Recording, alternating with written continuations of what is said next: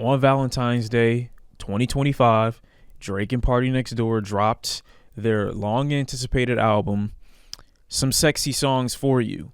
I remember when this was first announced, and the world kind of went crazy. And by the world, I mean like 3% of niggas that actually listen to R&B music, and the rest being Drake fans. And that's no slight, because I've always liked when Drake tries R&B.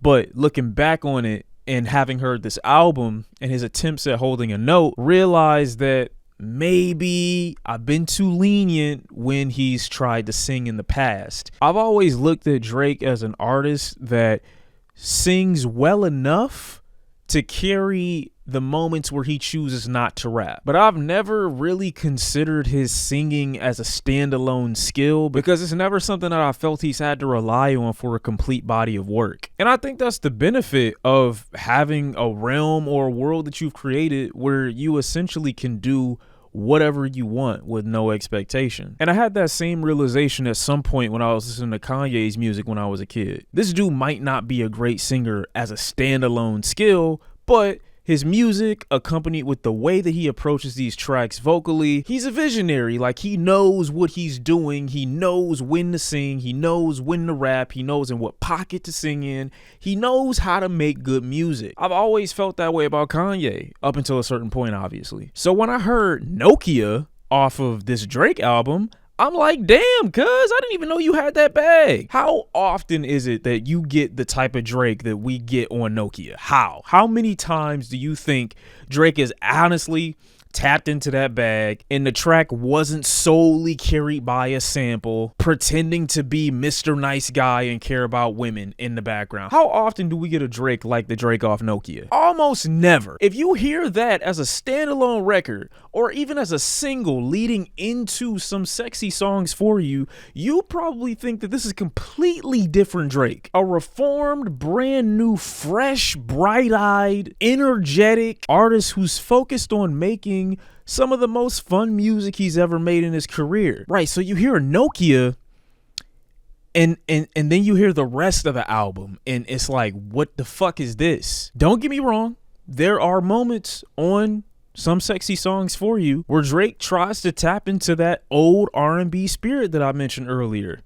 But again, I'm going into this record with the new information that I have about Drake. The information where I'm like, can he really sing? Or is this Drake trying to auto-tune his way to a note and masquerade it as an R&B record? And I gotta pretend that these attempts at R&B aren't really just horny nigga music? The type of music that you're playing in the background where you're trying to decide which girl that you're gonna text, come fuck me at 2 a.m. to? And I have to say that because this music exists in that same 2015, 2016 era Bryson Tiller effect, where the person on the track doesn't necessarily have to sing well to deliver the vibe that's supposed to be background to you having intimate moments with your lover. And I feel like music like this that gets away with it too often, too frequently, gets overpraised. These are important things for me to mention because it will help explain this gross overuse of auto-tune that Drake seems to be drowning in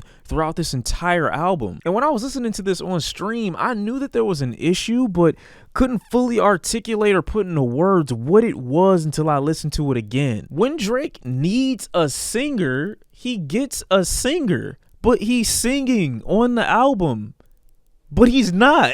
The vocalist on Pimma's Dilemma, I forget her name. I don't even know if that's the actual name, but the Dilemma track, she sounds great or pretty good, but that's the pinnacle of the singing on the album. That singing doesn't come from Drake. It certainly doesn't come from PartyNextDoor, who we'll fucking get to, by the way. I haven't forgotten about him. You mean to tell me as a Drake fan, you waited for a PartyNextDoor and Drake collab album just for the best singing on the record to come from an artist you've never heard of? And so I'm not mad that the album wasn't what I would have wanted an R&B album to sound like, given that my expectations going into this had already been Drake and Party don't really make like what I view to be traditional R&B music in the first place. So I'm probably only going to get a few records out of this and call it a day like I normally would any other R&B endeavor from a lot of the mainstream acts that come out nowadays that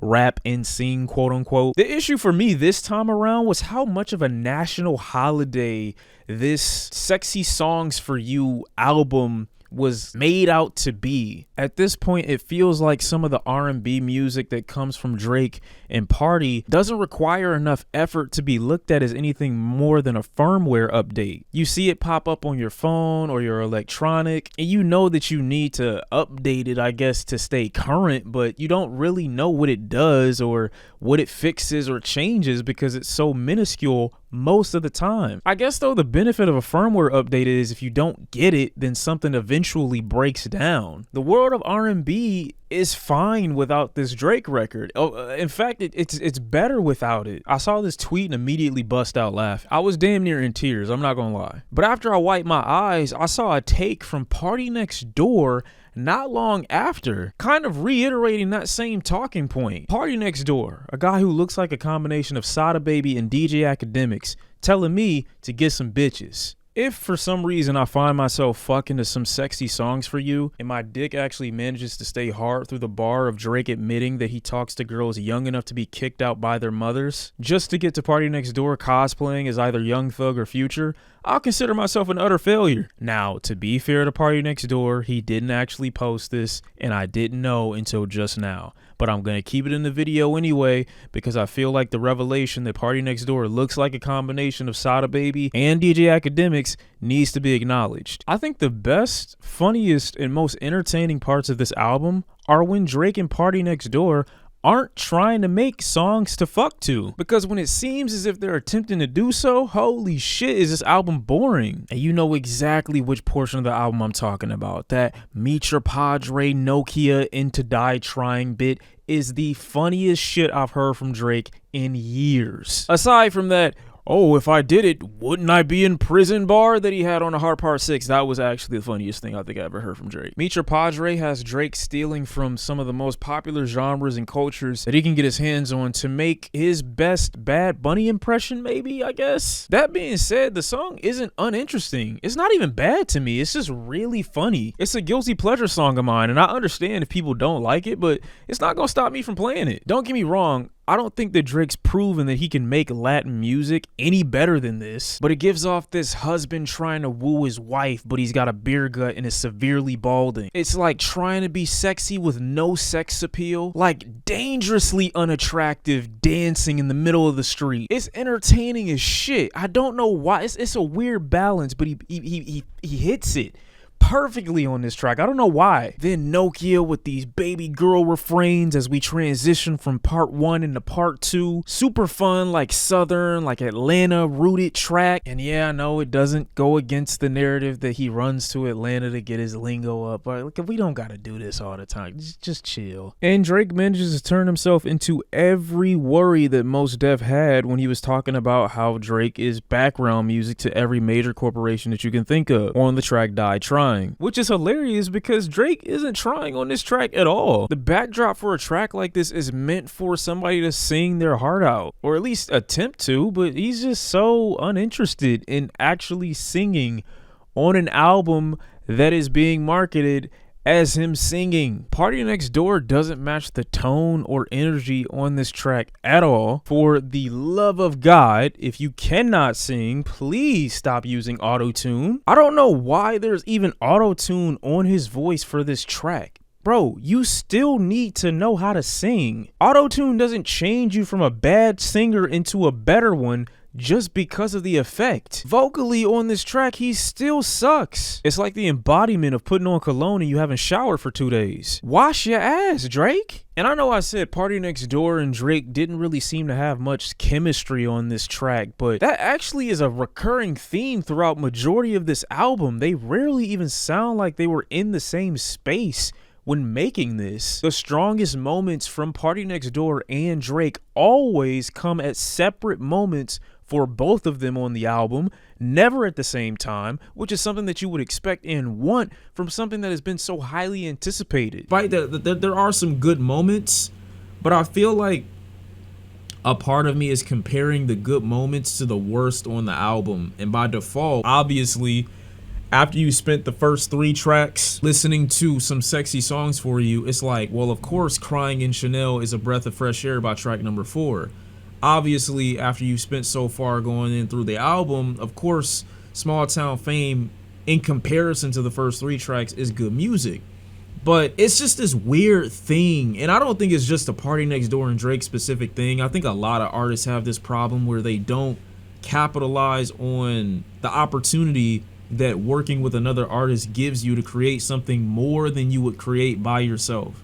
All of this, I feel like, is music that Drake could have made by himself on his own. And I've always issued that criticism for most people that have collab records, where I feel like they're not doing anything more together than they would do by themselves. It's not like a together album. It don't feel like a Drake and Party collab. It just feels like Drake got his artist, Drake got Party to come and do some songs, and that was it. Drake has a track and it's by himself, that's the strongest record. When Party has a track and it's by himself, that's the strongest record. When they're together, either one's lagging or one's picking up the pace or picking up the slack for the other person, or the features carrying. Why they can't make great music, amazing music together in the same space at the same time. Why are 6 to 7 of these tracks Drake solos? Some additional tracks here that barely even include PartyNextDoor on an album where they're supposed to be together. Me talking about Drake the singer is a far better use of my time than me talking about Drake the rapper, who I've given up on in recent months because I cannot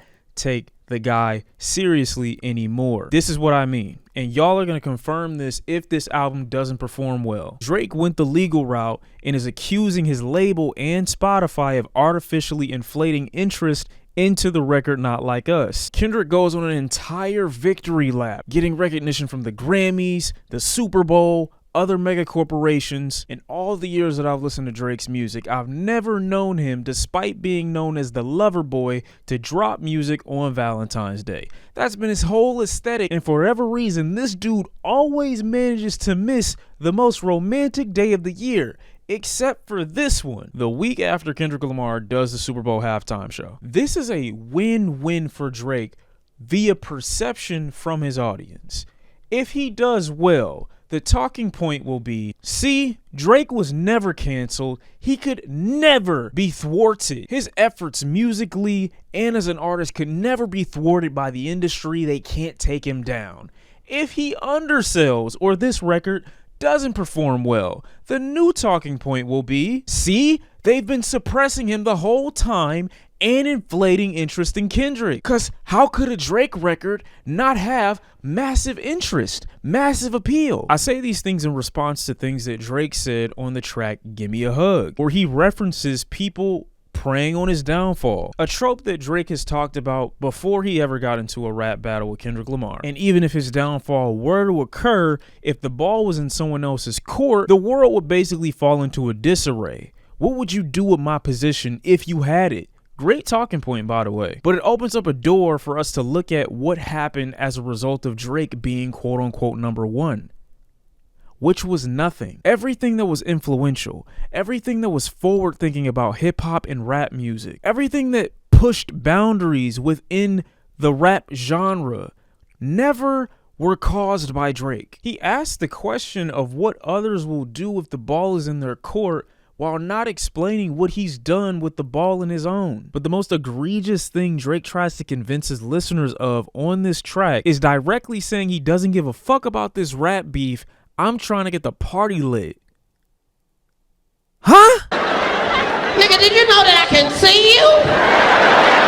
Nigga, you right there. What do you mean? That's not what happened. This is like when you and your cousins are playing hide and seek when y'all are kids. And whenever the little nigga get found, he pretends like he wasn't hiding in the first place. Y'all played Tekken growing up. Oh shit, bro, my controller wasn't even in the whole time. I wasn't even trying for real. You weren't at the party, Drake. You were in the lab cooking up some bullshit. Now when you lose, you're reframing it as, oh, was I really ever there? Yes, we saw you. Everybody was at the function. You had a problem with something Kendrick said. told him to walk outside, you threw your hands up and this nigga pulled out a fucking Glock. I don't blame you for running to the law instead of a glove box. He had that shit aimed at your head. When I hear a record like this land on an album that's supposed to have music for you to fuck to, allegedly, it makes me think if Drake is so dangerously insecure that he can't just sit on one piece of his skill set and let it exist and breathe on its own without also smothering it with another portion of something that it doesn't even need. I don't take Drake the rapper serious. So why is he showing up on an R&B record? I know that this is his thing, but let's not do your thing this time around. Your thing been getting you in trouble. I don't know. All I know is I had a great Valentine's Day and this wasn't background music to it. I'm struggling to find the sexy in some sexy songs for you, but y'all let me know when you find it.